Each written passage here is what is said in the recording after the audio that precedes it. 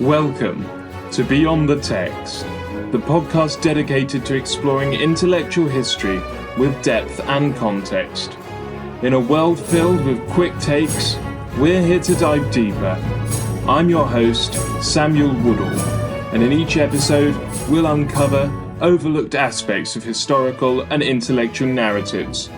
Join us as we voyage into the evolution of ideas, tracing the influences that shape them and uncovering their profound impact on the world.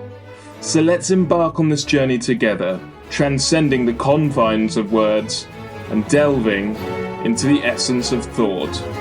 Join me as we venture beyond the text to discover the hidden stories that shape our understanding.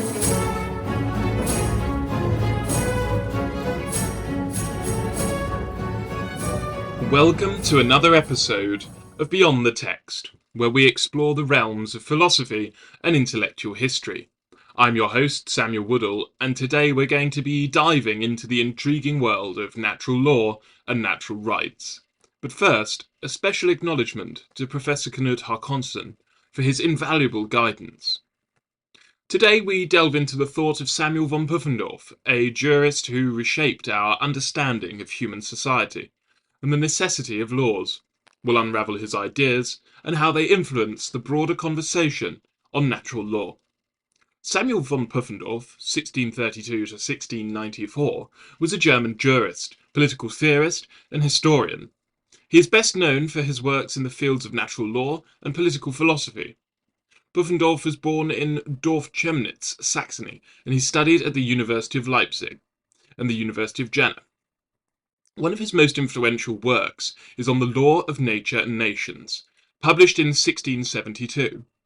In this work, Pufendorf expanded on the ideas of natural law and the concept of a social contract, which had been developed by earlier thinkers like Hugo Grotius and Thomas Hobbes.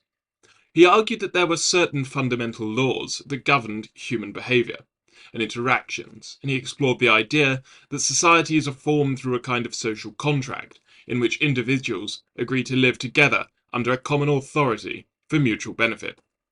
Pufendorf's ideas had a significant impact on the development of modern political and legal thought. His works influenced later thinkers such as Jean-Jacques Rousseau, Immanuel Kant, and others who contributed to the philosophy of the Enlightenment and the development of international law. Pufendorf's departure from traditional social contract theory is notable. He didn't categorize humans as inherently good or bad before society, but emphasized the need for laws to make societies function effectively.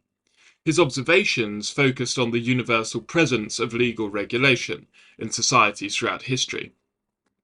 Pufendorf's work gained prominence during a time of significant social and religious upheaval, the Reformation and the dissolution of a unitary church. This period spurred the development of natural law as a response to the instability caused by religious atomism and political fracturing. Natural law, according to Pufendorf, shifted the focus from universal church doctrines to shared human relationships as the binding force for societies. This shift, observed from the early modern period to the 19th century, aimed to provide a grounding point for modern, centralized, and territorial states. The challenge arose in accommodating diverse beliefs within large states. The Glorious Revolution of 1688 in England exemplified the concept of toleration as a key feature in the evolving scholarship on natural law. Pufendorf's unique perspective on human nature distinguishes him from the likes of Hobbes, Locke, and Rousseau. He doesn't view man as inherently good or bad, but as ad hoc sociable, driven by reason to choose sociability over the conflict for pragmatic reasons. Pufendorf's emphasis on reason and experience as facilitators of rational judgments in sociability and state building sets him apart from Hobbes. Unlike Hobbes, Pufendorf believes positive rights are created out of the positive law of state legislators. Now, let's shift our focus to Francis Hutcheson, a moralist who played a pivotal role in the natural law discourse. Hutcheson believed in human nature's egoism, but emphasized a moral and internal sense guiding our moral judgments. Civic education in philosophy, according to Hutcheson, is crucial for using rights responsibly. One of the heated debates of the time revolved around the right to rebellion. Hutcheson's positive response endorsing rebellion contrasted sharply with Pufendorf's views. Hutcheson's divine providentialist approach, grounded in religious beliefs, inspired revolutionary attitudes in the 13 colonies. Interestingly, despite their differing views, Hutcheson found reinforcement of his beliefs in Pufendorf's work. The contradiction reflects the complexity of thought during this period. In the next part, we'll turn to the religious and secularizing elements of Pufendorf's context.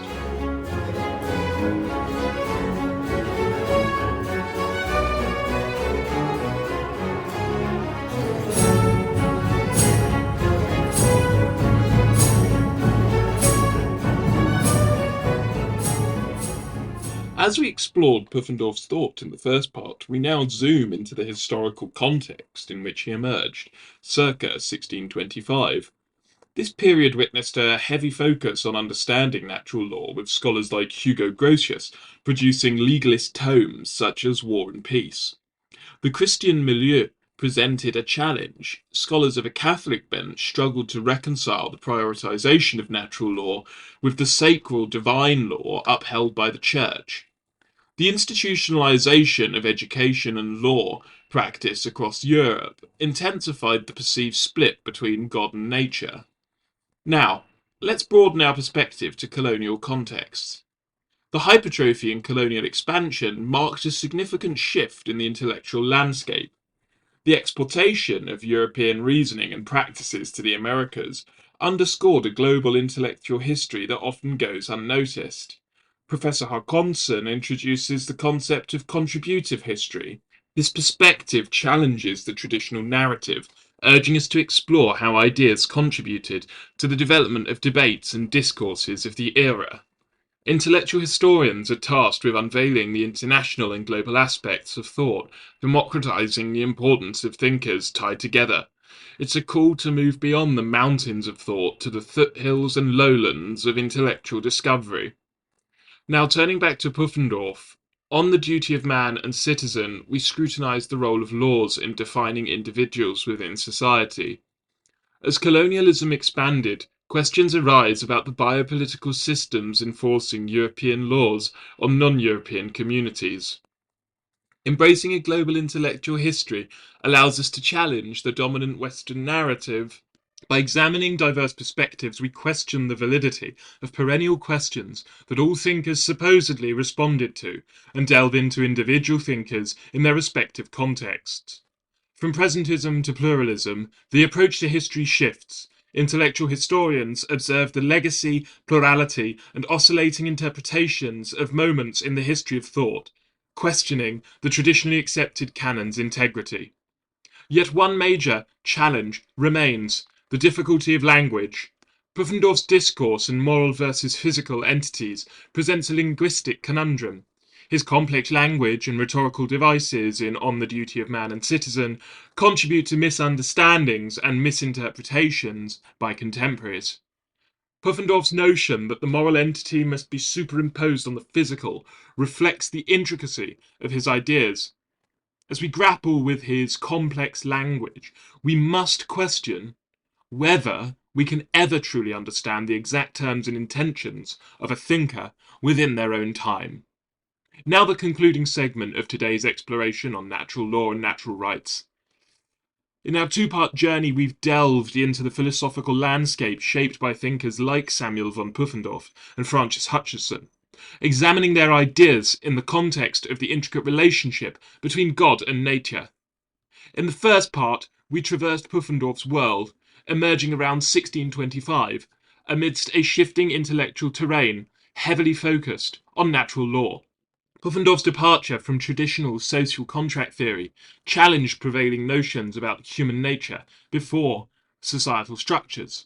His emphasis on the importance of laws in societal functioning became particularly relevant during the period's religious and political upheavals. We then explored Pufendorf's contemporary Francis Hutcheson, a moralist whose beliefs in human egoism and the need for moral cultivation added depth to the discourse on natural law and natural rights. Hutcheson's positive endorsement of rebellion in contrast to Pufendorf's views, reflected the diversity of thought during this transformative period. In the second part, we widened our lens to colonial contexts, unveiling the often neglected global intellectual history underway in the 17th century. European reasoning and practices were exported worldwide. The traditional narrative centered on mountains of thought was challenged. Professor Hutcheson's concept of contributive history encouraged us to explore how ideas shaped the debates and discourses of the era. Examination of Pufendorf's work prompted questions about the impact of colonial expansion on biopolitical systems and the imposition of European laws on non-European communities. Embracing a global intellectual history allowed us to challenge the dominant Western narrative and re-evaluate fixed categories in historiography. From presentism to pluralism, we considered the shifting approaches to history, urging intellectual historians to observe the legacy and plurality of moments in the history of thought. We acknowledged the difficulty of language in Pufendorf's discourse on moral versus physical entities, recognizing the complex linguistic conundrum surrounding his ideas. As we conclude this exploration, we're reminded that the journey through the realms of natural law and natural rights is one of complexity, diversity, and persistent re-evaluation. I think as if this period from Pufendorf to Hutcheson beckon us to question, explore, and challenge the accepted narratives. Thank you for joining us on this intellectual journey. Stay tuned for more philosophical explorations on Beyond the Text. Until next time, keep questioning, keep learning, and most importantly, keep discovering the intricate intellectual threads that lie beyond the text.